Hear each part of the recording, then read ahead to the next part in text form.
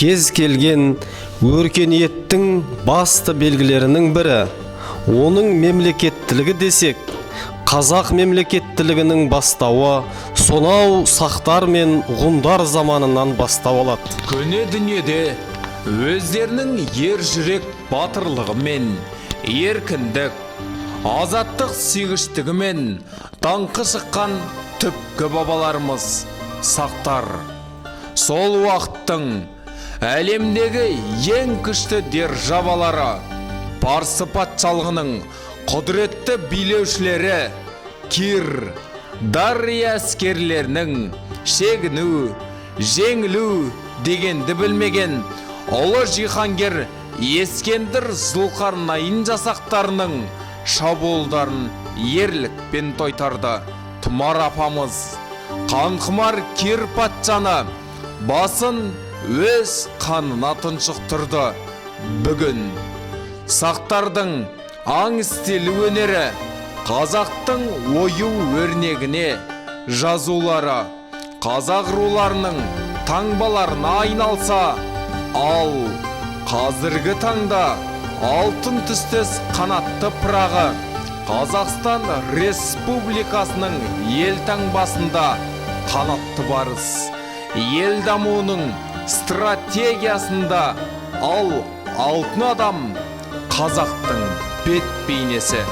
Қазақстан тәуелсіздігінің символы ретінде көрініс тауып отыр. Иә, бабаларымыздың елдігі мен ерлігінде шек болмапты.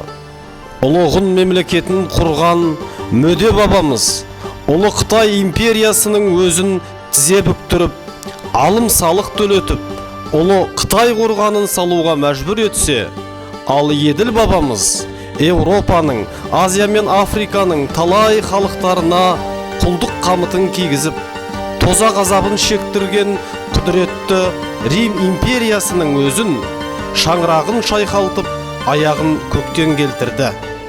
Ал әлемнің талай елін құлдық қасіретінен, азап өмірден құтқарған бабаларымыздың бұл ісі тарихта адамзат дамуын алға бастырған прогрессивтік құбылыс болып есептеледі. 6 ғасырда түркі атымен тарих сахнасына шыққан бабаларымыз басы барды идіріп, тізесі барды бүктіріп, шығыста сонау Сары теңізден, батыста Қара теңізге дейінгі құс ұшса қанаты талатын ұлан ғайыр аумақта ұлы түрік қағандығы атты ұлы мемлекет құрды. Ұлы түркінің тәңірітекті буымын Истеми, Мұхан, Білге, Күлтегін, Тоныкөк сияқты қағандары мен батырлары күндіз отырмай, түн ұйықтамай, қызылқанды ағызып, қара терді төгіп, елдікті нығайтты. Аз халықты көп, ашты тоқ, кедейді бай етті, жауын бейбіт етті. Елдік пен ерлікке суарылған ата тарихын, мәңгілік ел болуды армандаған ұлы мұратын мәңгі тасқа жазып қалдырды.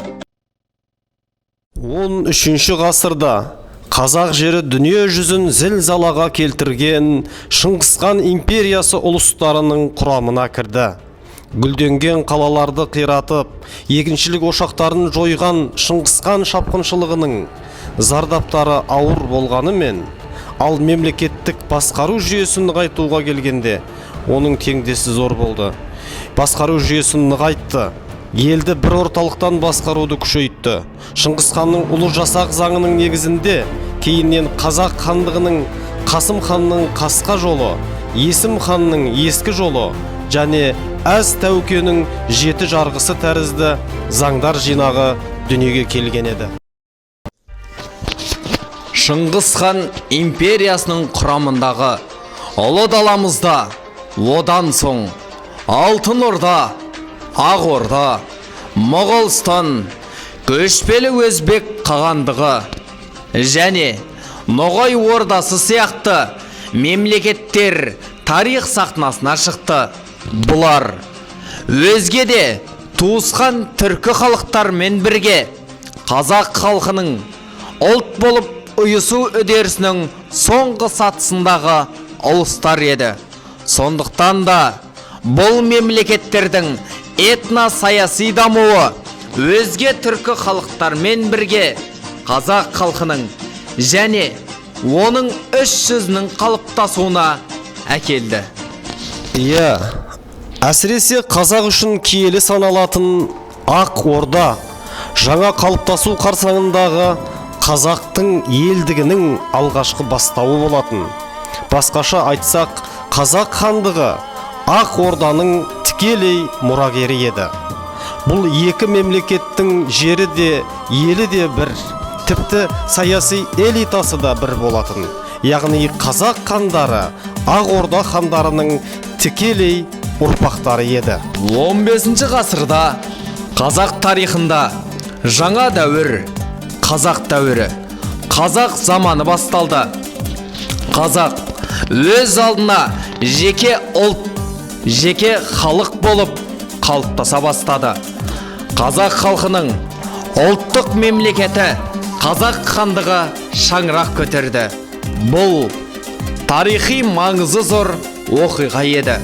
Қазақ хандығы тарих толқынында сонау сақтар мен ғұндардан бері бірін-бірі алмастырып келе жатқан ұлы дала мемлекеттерінің заңды жалғасы, тікелей ұрпағы әрі соңғысы болатын.